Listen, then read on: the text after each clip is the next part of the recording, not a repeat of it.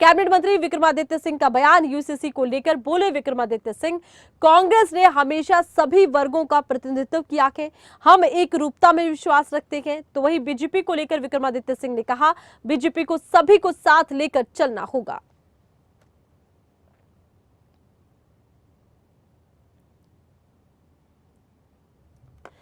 तो ये वो दौर है जब देखा ही जा रहा है कि यूसीसी को लेकर घमासान मच गया है, सियासी वार पलटवार का एक दौर देखने को मिल रहा है। इधर कांग्रेस की तरफ से यूसीसी का विरोध एक तरह से किया गया है और इसी बीच विक्रमादित्य सिंह की तरफ से कहा गया है कि कांग्रेस ने हमेशा सभी वर्गों का प्रतिनिधित्व किया है, हम एक रूपता में विश्वास रखते हैं। बीजेपी को लेकर विक्रमादित्य सिंह ने कहा है कि बीजेपी को सबको साथ लेकर चलना होगा। इधर यूसीसी को लेकर लगातार सियासी घमासान। उत्तराखंड की बात करें तो उत्तराखंड में यूसीसी को लेकर ड्राफ्ट तैयार हो गया है। माना यह जा रहा है कि अगर सब कुछ ठीक रहता है तो देश में यूसीसी लागू करने वाला उत्तराखंड पहला राज्य बन सकता है। इधर यूसीसी को लेकर पूरे देश में एक सियासी घमासान शुरू हो गया है और इसी बीच कांग्रेस का एक पक्ष सामने आया है जिसमें यूसीसी का विरोध किया गया है। विक्रमादित्य सिंह ने यूसीसी को लेकर महत्वपूर्ण बयान दिया है।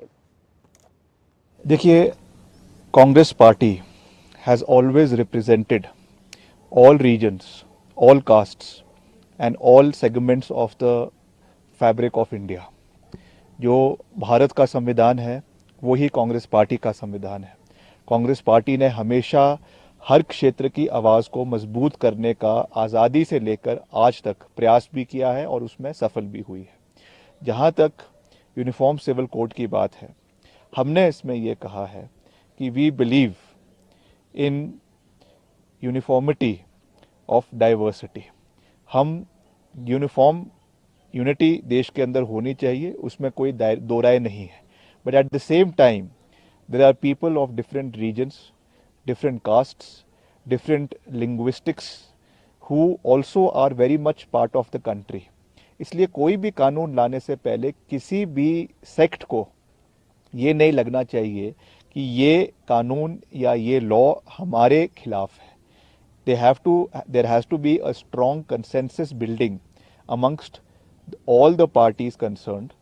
The lead obviously will be taken by the BJP because they happen to be in the government today, but they have to take everybody on board. And I believe that Congress party always stands for the voice of the entire country.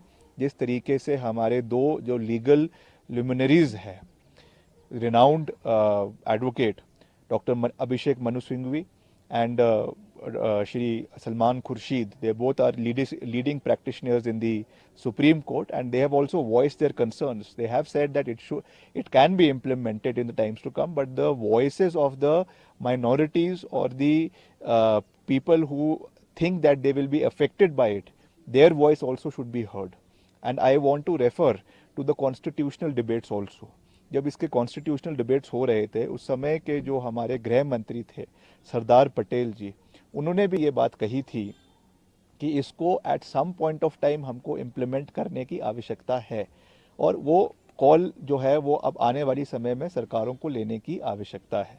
तो Congress party का जो भी इसमें फैसला होगा, हमारे राष्ट्रीय अध्यक्ष का होगा, हमारे और नेताओं का होगा, whatever the official line of the party is, we stand by that.